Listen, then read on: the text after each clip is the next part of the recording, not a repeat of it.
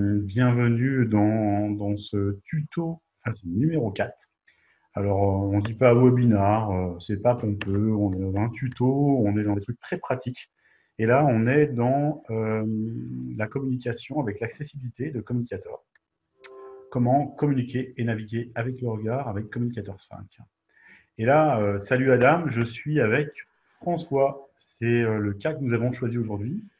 François a une SLA. Je pense que plusieurs personnes connaissent cet intitulé, SLA. C'est la sclérose latérale amyotrophique. Et donc, François utilise déjà Communicator. Il l'utilisait, mais avec un I110.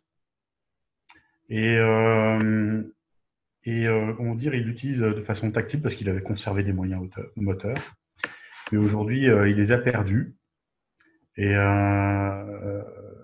aujourd'hui, il a perdu la fonction orale. Il n'est plus capable de s'exprimer oralement. Il a donc, on verra, besoin d'une voix de synthèse. Et puis, il a perdu ses moyens moteurs, donc il ne peut plus utiliser de dispositif tactile. Voilà. Donc, ses besoins sont les suivants.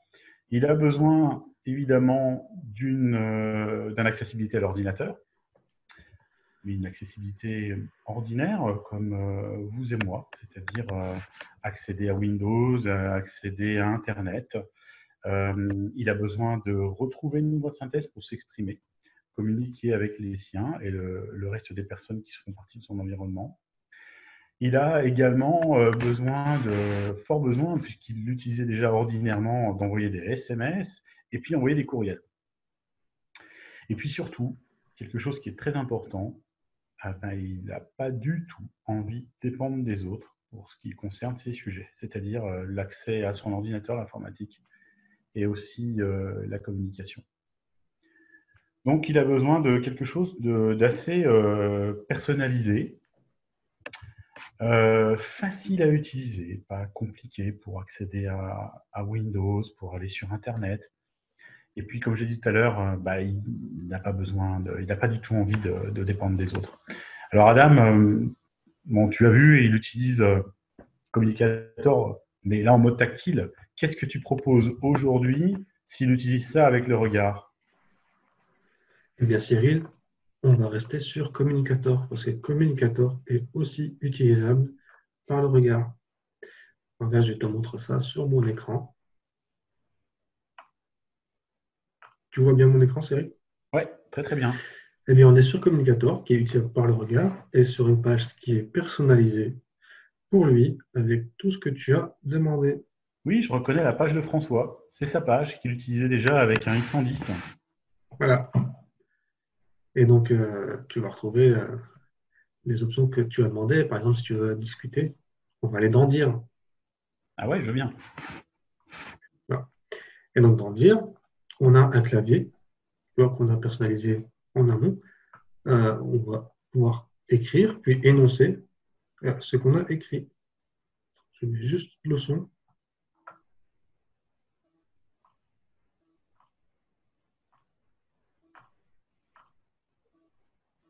Salut les filles.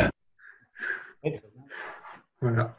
Bon, je vois que tu as choisi une voix de synthèse masculine. C'est Antoine, je pense, dans les voix de synthèse. Oui, c'est bien ça, c'est Antoine. Très très bien. Ouais, très très bien. Et très très bien ce clavier. Alors dis-moi, j'ai vu que, enfin, imagine, j'ai une solution, enfin, j'ai une situation. Je viens voir François et il est en train d'écrire un texte, parce qu'il travaille sur un texte depuis longtemps, mais en même temps, je suis obligé de l'interrompre, parce que je vais à la boulangerie. Et je lui demande, finalement, est-ce que tu veux que je te prenne quelque chose, François? Oui, eh bien Cyril, tu vois, on a cette option ici en bas qui s'appelle Quick Talk. Donc tu vois, j'ai écrit mon texte et en cliquant sur Quick Talk, je vais basculer sur un autre clavier où je vais pouvoir te répondre. Regarde.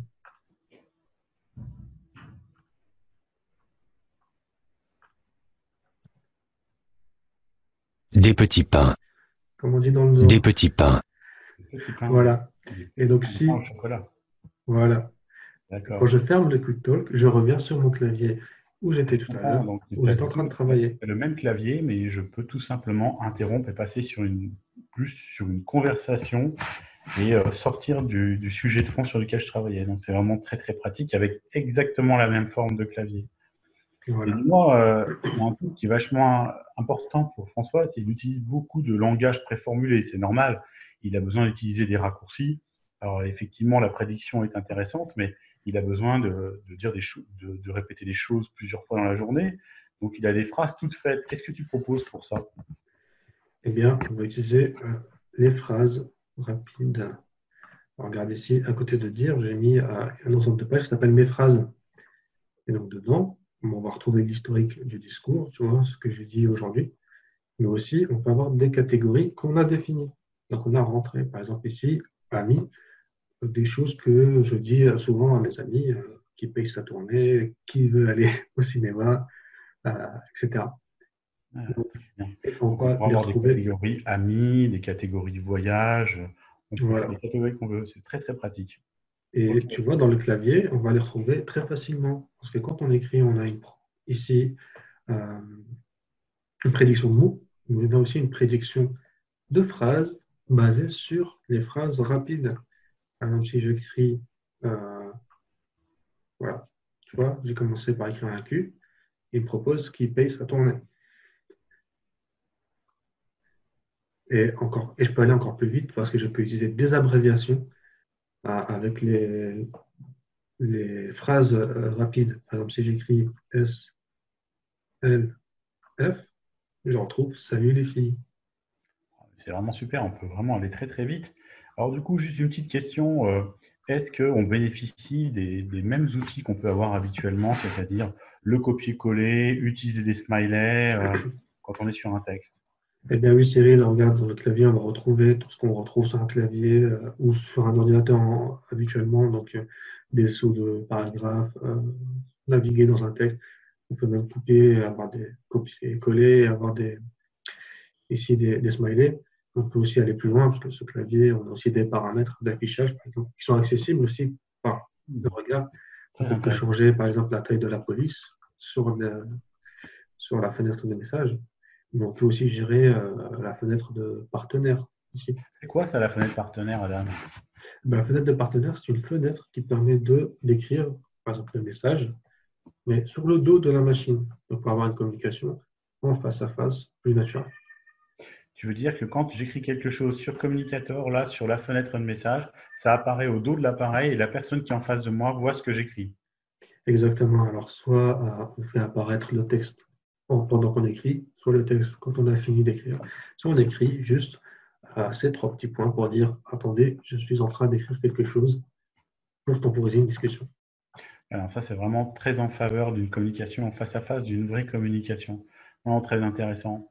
Mais en parlant de communication, bah oui, tu sais, François, c'est un grand communicant. Je dirais même c'est un télécommunicant puisqu'il est bien aussi. Et il utilise énormément la messagerie électronique. Donc, et puis, il envoie beaucoup de pièces jointes. Est-ce qu'avec Communicator, on peut faire ça? Eh bien oui, Cyril, regarde, ici, j'ai mis du coup, message électronique.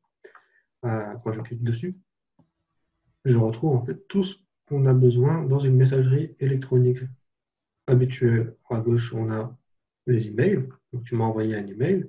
Et à droite, on a, donc je peux répondre à tous ou supprimer. Je peux même écrire un nouveau courriel. Bien sûr, tout ça, il faut l'avoir paramétré avant. Et donc là, par exemple, dans cet email, tu m'as envoyé une pièce jointe. Donc, quand je clique sur pièce jointe, si tu le vois ici à droite, j'ai toute la liste des pièces jointes envoyées dans l'email. Donc, je peux soit l'enregistrer pour le visualiser plus tard ou pour le retrouver. Donc, tu vois, comme ça. Soit je peux l'ouvrir et le visualiser directement. Ah ouais, très très intéressant. Donc en fait, avec Communicator 5, je peux ouvrir toutes les pièces jointes qui me sont envoyées via email. Oui, exactement. Avec Communicator 5, tu peux ouvrir tout ce que ton PC ou ton dispositif peut ouvrir. D'accord, très très bien. Alors, c'est exactement ce dont tu as besoin, François, mais également, il envoie beaucoup de, bah, comme toi et moi, il envoie des SMS. Est-ce que ça fonctionne? Ça fonctionne comment avec Communicator 5? Eh bien, on peut aussi envoyer des SMS. Regarde, Cyril, là, je suis dans ma messagerie pour les SMS. Donc, j'ai mon téléphone qui est connecté. Bon, j'ai pas de message parce que je n'en ai pas reçu. Pas d'amis en ce moment. Mais je peux t'écrire un message. Regarde ici en haut. Hop, nouveau message. Je choisis mon destinataire. Donc, c'est toi. Et donc, je clique sur le clavier pour écrire un message.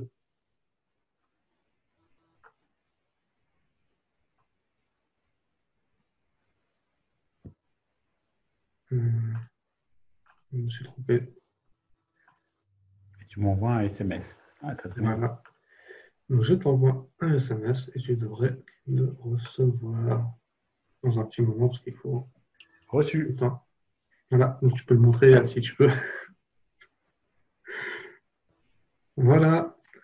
Bravo. Et donc, on peut aussi, comme pour les emails, ouvrir les pièces jointes, les photos en fait. Ok. Alors, tu Les sais, MMS, je voulais dire. et les MMS, donc envoyer des messages avec des photos, etc. Super. Mais comme tu disais, c'est un utilisateur de Windows, c'est-à-dire environnement Windows au sens large. François aime bien utiliser le bloc-notes, Word, Excel, peu importe, ou aller sur Windows. Mais il n'a pas envie d'un truc compliqué. Il a des utilisations très classiques de Windows. Qu'est-ce que tu proposes pour ça? Eh bien, dans Communicator, on a ici des souris adaptées et simplifiées pour utiliser l'environnement Windows. Regarde, si je choisis par exemple la souris Windows verticale, tu vois ici, bon, cette fois, je ne vais pas utiliser ma souris, je vais utiliser mon regard, tu vois, je peux hop, défiler dans mon document, tu vois. Très bien.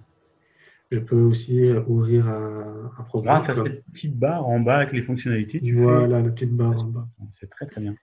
Donc, je peux ouvrir un bloc-notes, par exemple, pour écrire, pour prendre des notes. Donc, on ouvre un clavier, mais je peux aussi revenir et me dire, ah non, je vais fermer le bloc-notes en choisissant l'option fermer la fenêtre. Tu vois? Est-ce Très que bien. c'est clair? Ouais, c'est très intéressant.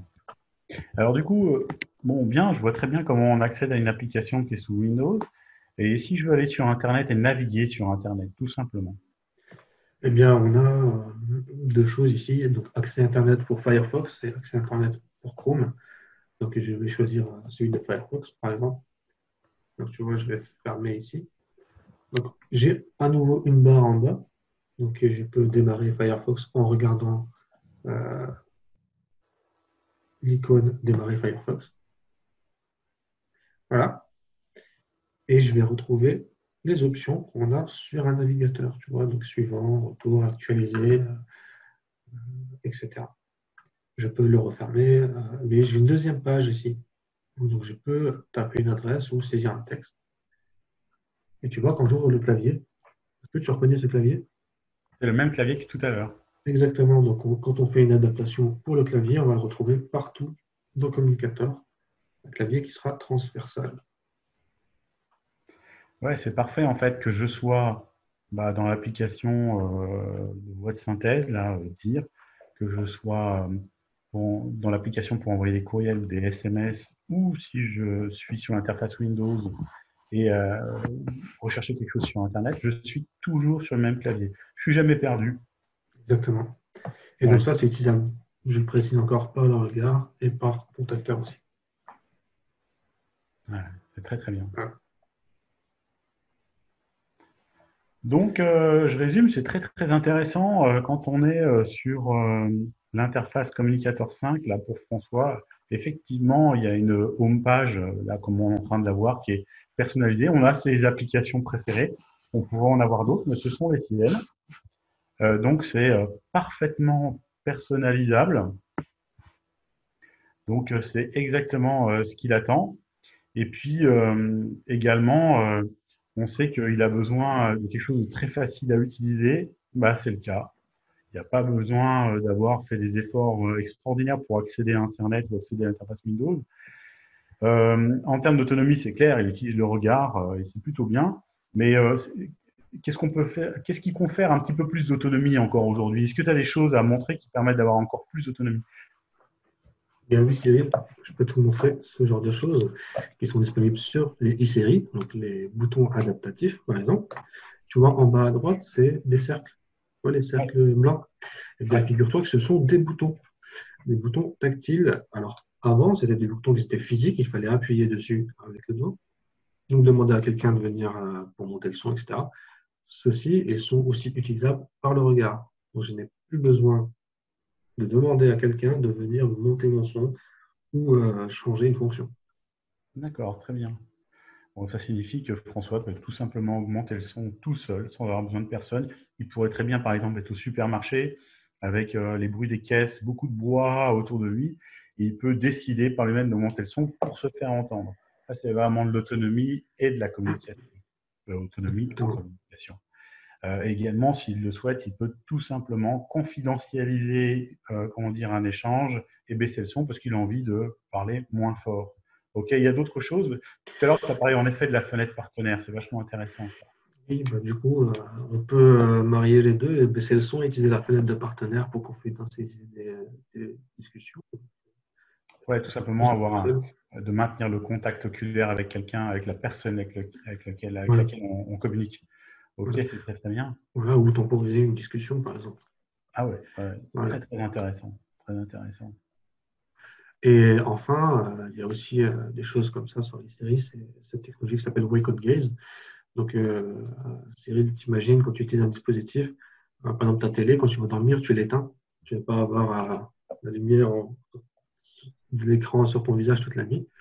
Eh bien, avec Wake Up Gaze sur les séries, François euh, peut mettre le dispositif en veille prolongée par le regard et le rallumer par le regard quand il se réveille.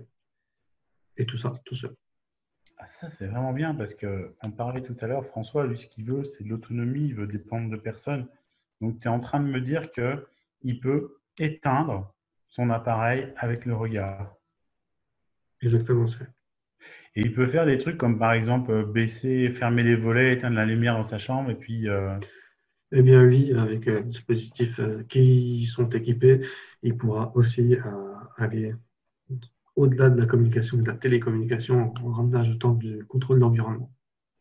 ouais, ça correspond exactement à ce qu'il attend. C'est vraiment de ne pas dépendre des autres pour ça. Ça veut dire qu'il n'a pas besoin d'aller, recourir à l'aide de quelqu'un pour pouvoir éteindre son appareil et finalement se coucher. Non, c'est vraiment super. Exactement. Il est complètement autonome en termes d'accessibilité, on va dire, informatique et également pour la communication. OK. Donc, il y a plusieurs personnes qui sont dans la situation de François. Et finalement, à qui il doit s'adresser pour savoir quel type de matériel est adapté à leur situation. Eh bien, il ne faut pas hésiter à contacter nos partenaires qui sont présents en région pour faire des évaluations et qui pourront vous aider à définir le matériel qui sera adapté à chaque utilisateur. OK. Et où est-ce qu'on peut nous retrouver, nous, pour nous poser des questions, échanger avec nos utilisateurs ou les gens qui souhaiteraient avoir plus d'informations? Eh bien, on peut nous retrouver sur le groupe Facebook Snapcore First francophone, ici, où on peut donc nous poser des questions, mais aussi échanger avec d'autres professionnels. Il y a beaucoup d'orthophonistes et d'ergothérapeutes qui sont présents dans le groupe.